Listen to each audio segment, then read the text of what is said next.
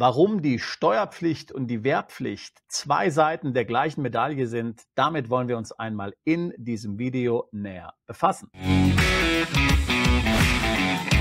Noch ein kurzer Hinweis in eigener Sache, wenn auch du dich sorgst um immer höhere Steuern, um möglicherweise Vermögensteuern, die eingeführt werden, Zugriff auf dein Vermögen durch die EU und dir gleichzeitig Sorgen darüber machst, ob möglicherweise deine Kinder, Enkel oder du selbst für zukünftige Kriege verfeuert werden sollen als Kanonenfutter, jetzt wo es ja demnächst wieder eine Wehrpflicht in Deutschland geben wird. So scheint es jedenfalls zu sein. Wenn das also Themen sind, die dich beunruhigen, wenn du denkst, dass sich die EU in die falsche Richtung bewegt und Deutschland sowieso, dass gigantische Schulden gemacht werden, dass das hart erarbeitete und hart ersparte Vermögen unserer Leistungsträger dafür verwendet werden soll, die Zeche zu bezahlen, dann lade ich dich ein zu unserem Plan B Schweizer Taschenmesser-Seminar nach Zürich, was wir dort regelmäßig veranstalten. Dort zeigen wir dir alle Tools, die du brauchst, um einen erfolgreichen Plan B im Ausland außerhalb der EU zu etablieren, ohne aber auswandern zu müssen. Also zum Beispiel zweite Staatsbürgerschaften, Aufenthaltstitel, Konten im Ausland außerhalb der EU, die möglicherweise nicht vom Informationsaustausch betroffen sind, Gold und andere Edelmetalle außerhalb der EU lagern und generell internationale Vermögensdiversifikation. Der Daniel wird dort sein, ich werde dort sein und es wird auch wieder der Generalaußerdienst Erich Warth da sein. Er ist ja Sicherheitsberater von Kanzlerin Angela Merkel gewesen. Er hat Insiderwissen, das keiner von uns hat. Er wird uns sagen, wie es hier wirklich um die Kriegsgefahr steht, wie große Sorgen wir uns wirklich machen müssen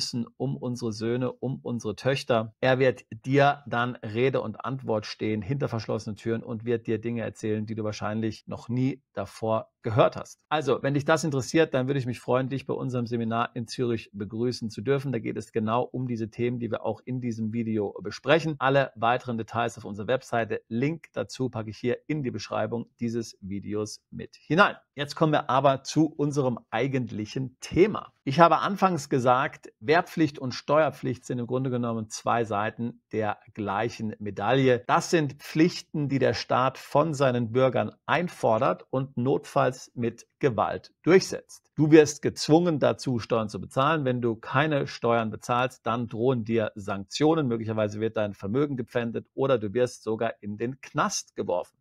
Das Gleiche gilt auch bei der Wehrpflicht. Du wirst gezwungen, dein Land zu verteidigen, außer du hast gute Gewissensgründe, es nicht zu tun. Falls du dich weigerst und der Wehrpflicht keine Folge leistest, wenn sie denn wieder eingeführt werden sollte, dann drohen bis zu 5 Jahre Knast. Also das heißt, sowohl die Wehrpflicht als auch die Steuerpflicht werden extrem hart hier vom Staat durchgesetzt. Einerseits will er buchstäblich dein Leib und Leben haben, das du einsetzen sollst für das Land. Andererseits will er die Früchte deiner Arbeit haben und deines Zeiteinsatzes. Und nun muss man ja objektiv sagen, unter normalen Voraussetzungen sind das auch ganz normale Forderungen, die der Staat hat und die sind ja auch angemessen. Denn die Landesverteidigung ist natürlich ein hohes Gut und das Allgemeingut ist auch eine wichtige Sache. Also, dass der Staat funktioniert, dass es Gerichte gibt, dass es Straßen gibt und so weiter und so fort. Diese Infrastruktur muss jemand bezahlen. Das heißt, Steuern sind natürlich eine wichtige Sache und auch eine Frage der Gerechtigkeit, überhaupt keine Frage. Das Problem ist natürlich, wenn wir alle schon wahnsinnig hohe Steuern bezahlen, insbesondere die Leistungsträger, hohe Steuern, Sozialabgaben und dann will der Staat immer mehr. Dann fordert der Staat jetzt zum Beispiel auch noch Steuern auf Vermögen. Gleichzeitig werden gigantische Schulden gemacht, für die ja auch wiederum wir und unsere Kinder dann gerade stehen müssen und unsere Enkel und Kindeskinder und wie viele Generationen weiß das ich noch in der Zukunft. Es ist ja nicht so, dass jetzt momentan keine Steuern erhoben werden, sondern es werden ja momentan in fast allen westlichen Entwicklungsländern gigantische Steuern den Bürgern abgeknüpft und, wie wir selbst wissen, für alle möglichen Dinge ausgegeben, die wir eigentlich nicht mehr so unterstützen wollen. Das fängt bei Fahrradwegen in Peru an. Das geht dann bis zu einem völlig aus der Kontrolle geratenen Sozialstaat, wo es im Grunde genommen lukrativer ist, zu Hause zu sitzen und gar nichts zu tun, als hart in einem schlecht bezahlten Job zu arbeiten. Soweit ist es tatsächlich schon gekommen. Und dann holen wir uns auch noch ständig Leute ins Land, die im Grunde genommen nichts Besseres zu tun haben, als auch wiederum nur von Sozialleistungen zu leben. Jedenfalls viele von ihnen. Mal ganz abgesehen von dem aufgeblähten Verwaltungsapparat, den wir in diesem Land haben und natürlich in vielen anderen Ländern auch.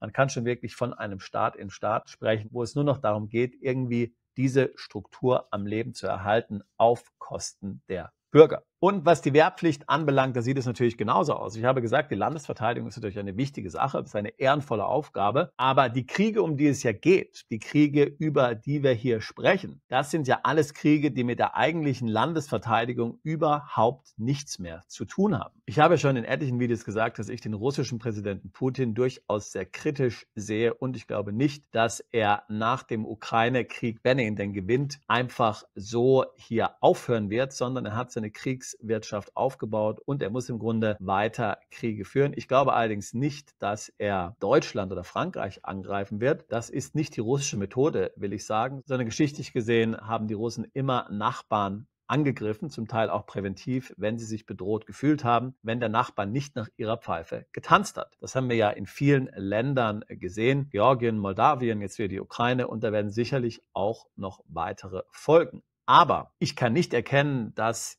der Putin oder sein Nachfolger hier direkt Deutschland angreifen würde. Also um die Landesverteidigung direkt würde es bei einem Einsatz europäischer Soldaten, wie ihn ja Frau von der Leyen hier großmundig angekündigt hat, gar nicht wirklich gehen. Und wer weiß, was in Zukunft noch für Kriege geben wird. Aber jetzt werden die Kriterien gerade so aufgeweicht, was im Grunde akzeptable Kriege sind, gute Kriege sind, dass wir davon ausgehen müssen, dass dann deutsche Soldatinnen und Soldaten weltweit hier im Einsatz sein werden. Für was auch immer es die Europäische Union, Frau von der Leyen oder wer auch immer dann das Sagen hat, für richtig empfindet. Oder was dem Ausbau der eigenen Macht und Kontrolle dient. Also das ist alles weit entfernt von der Landesverteidigung. So, und damit stellt sich dann natürlich die Frage, ob es noch legitim ist für den Staat, dann diese Bürgerpflichten, die ich vorhin genannt habe, einzufordern, nämlich die Wehrpflicht und die Steuerpflicht. Nun ist es natürlich so, wir hier, die Einzelnen, die Bürger, sind natürlich viel zu schwach. Wir können uns gar nicht gegen den Staat wehren. Das heißt, das Einzige, was wir machen können, ist im Grunde genommen zu sagen, tschüss, wir gehen, wir verabschieden uns aus dem System, wir ziehen ins Ausland um und beschaffen uns möglicherweise eine zweite Staatsbürgerschaft. Und das, denke ich, diesen Gedanken wirst du konsequent verfolgen müssen. Ich würde mich an deiner Stelle mit diesem Gedanken intensiv beschäftigen. Denn welche Alternativen kannst du sehen? Das alles wird ja nur noch viel schlimmer werden. Wir haben ja schon oft auf diesem Kanal besprochen, welche Kontrollinstrumente momentan in der EU gebaut werden. Denken wir nur mal an Chat Control, was ja möglicherweise schon im Oktober 2025 eingeführt werden soll, wo dann alle Nachrichten, die in der EU versandt werden, über WhatsApp, über Telegram, über Signal, über Threema oder was auch immer, geprüft werden, gescannt werden und nach bestimmten Reizworten, sage ich mal, durchsucht werden, was dann an die entsprechende Polizeibehörde gemeldet wird. Natürlich sagt man, es geht um den Schutz von Kindern, von Minderjährigen, es geht um Terrorismusbekämpfung und so weiter und so fort, aber das sind ja alles Vorwände. Sicherlich ist gerade Chat Control ein Tool zur Massenüberwachung, das ist ja ganz klar. Und die ganzen anderen Dinge, die geplant sind, die werden nicht viel besser sein. Nehmen wir zum Beispiel einmal an Digital Wallet, also die digitale ID, der digitale Ausweis. Oder schauen wir uns den digitalen Euro an oder das EU-weite Kontenregister, das eingeführt wird. Oder die Beschränkung von Barmitteln. Möglicherweise kommt mal irgendwann ein Vermögensregister, wer weiß. Und so weiter und so fort. Ich habe ja schon öfter den Begriff verwendet, dass sich die EU in einen digitalen Gulag verwandelt oder in eine zweite Sowjetunion. Hier darf man sich jetzt, glaube ich, keine Illusionen hingeben. Diese Tools werden dann vor allen Dingen dazu verwendet werden, um die beiden Pflichten, die ich vorhin genannt habe, also die Bürgerpflichten, Wehrpflicht und Steuerpflicht einzufordern und durchzusetzen. Irgendwann wird es vielleicht nicht mehr so ohne weiteres möglich sein, einfach ins Ausland umzuziehen. Schon heute ist es so, dass dir der deutsche Pass entzogen werden kann, nicht die Staatsbürgerschaft. Ja, ich rede davon, dass der Pass als Dokument entwertet werden kann, wenn du dich ins Ausland absetzt, um zum Beispiel deine Steuern nicht zu zahlen oder nicht den Wehrdienst absolvieren willst. Ich rede gar nicht davon, dass du dich strafbar machst. Also ich rede jetzt hier nicht von Steuerhinterziehung.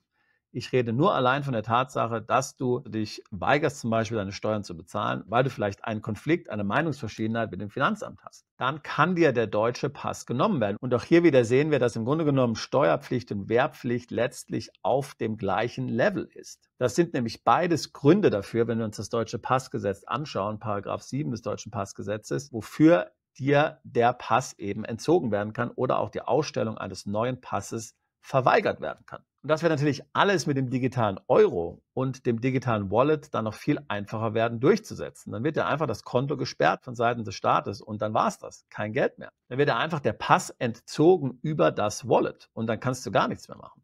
Ich denke und ich würde davon ausgehen, dass der Staat hier mit großer Kaltschnäuzigkeit vorgehen wird, wie er es auch schon jetzt ja tut, vielfach beim Thema Steuern, dass man hier relativ gnadenlos sein wird. Und deswegen wirst du dich genau darauf vorbereiten müssen. Also zum Beispiel Konten zu haben außerhalb der EU. Ich sage jetzt mal Schweiz oder ich sage jetzt mal Singapur oder USA. Bei der Schweiz weiß man ja jetzt gar nicht mehr so genau, was da passieren wird. Was wird hier kommen in puncto EU-Schweiz-Vertragspaket? Es gibt ja die Befürchtung, dass sich hier die Schweiz mehr oder weniger dem EU-Recht unterwerfen muss. Dann würden ja die ganzen Maßnahmen, die ich vorhin beschrieben habe, auch in der Schweiz gelten. Wie gesagt, da bin ich mir selbst noch nicht hundertprozentig sicher. Ich bin noch dabei, das zu prüfen bzw. prüfen zu lassen. Aber die anderen Länder, die ich genannt habe, die sind natürlich weit weg. Oder auch selbst wenn sie in Europa sind, aber nicht in der EU, ist ja auch gut. Das gleiche Thema eben Staatsbürgerschaften. Ich hatte mal zum Beispiel erzählt von einem Mandanten, der in der Schweiz gewohnt hat, der in Deutschland Steuern geschuldet hat, laut Aussage des Finanzamtes. Also er hat nichts hinterzogen. Ja. Er hat alles erklärt, aber das Finanzamt war der Meinung, dass er viel mehr bezahlen müsste, als er jetzt eingesehen hat. Und er war da eben im Clinch mit dem Finanzamt. Und hat das Finanzamt dafür gesorgt, dass ihm der deutsche Pass entzogen wurde. Gott sei Dank hatte er einen anderen Pass zu der Zeit schon. Was mit den Wehrpflichtigen passiert, das haben wir in der Ukraine gesehen. Wenn du ein ukrainischer Mann bist und dein Pass läuft aus, dann kriegst du bei den Botschaften keinen neuen Pass mehr. Du musst also in die Ukraine zurück, um dir einen Pass zu besorgen. Das hat so die gleiche Konsequenz wie eben das Passgesetz, von dem ich vorhin gesprochen habe. Das heißt, du solltest für dich selbst prüfen, inwieweit du von dieser Situation betroffen bist. Natürlich sind wir nicht alle betroffen. Wenn dein ganzes Vermögen in einer Stiftung in Liechtenstein ist, dann bist du wahrscheinlich weniger davon betroffen als jemand, bei dem es nicht so ist. Wenn du noch 3 andere Staatsbürgerschaften hast, weil du eben entsprechende Vorfahren hattest, auch dann wirst du vermutlich nicht so stark betroffen sein. Aber wenn du nicht in der Situation bist, dann würde ich mir schon sehr genau überlegen, wie du deinen Plan B umsetzen kannst. Ich meine, ich persönlich habe die EU vor 25 Jahren verlassen. Ich habe seitdem nicht mehr in der EU gelebt, beziehungsweise ich habe nochmal hier und da ein Jahr eingeschoben in Irland und in Malta. Also da habe ich dann schon in der EU gelebt. Aber im Großen und Ganzen habe ich außerhalb der EU gelebt. Schweiz, Großbritannien, USA. Ja. Und das ganz bewusst. Und ich habe diese Entscheidung schon vor 25 Jahren getroffen. Da habe ich auch noch nicht alles abgesehen, was dann gekommen ist. Aber ich hatte schon damals ein ungutes Gefühl und auch damals wegen Steuern. Ich konnte es nicht so genau sagen. Es war alles ein bisschen diffus. Aber ich bin von Deutschland in die Schweiz umgezogen und ich habe es nie bereut, die EU verlassen zu haben. Natürlich bin ich oft in der EU zu Besuch, in Deutschland, in anderen Ländern, besuche Familie, besuche Freunde, habe geschäftliche Termine. Also man ist ja nicht ausgesperrt. Ja. Aber dass du eben kein Vermögen in der EU hast, dass du keine EU-Staatsbürgerschaft hast, sondern eben auch noch eine andere, das halte ich eben schon für einen wichtigen Punkt. Ebenso wie Aufenthaltstitel, dass du Edelmetalle hast, die im Ausland sind, nicht in der EU, dass du generell dein Vermögen international diversifizierst. Wir haben zum Beispiel Mandanten, die kaufen Apartments auf Sansibar. Die kosten nicht sehr viel Geld. Diese Apartments, die sind dort in einer Stadt, die von Deutschen gebaut wird, fängt ungefähr bei 100.000 Euro an. Dafür hat man dann gleich ein lebenslanges Bleiberecht, wenn man möchte. Das ist wichtig für einen Plan B. Also man hat einen Aufenthaltstitel.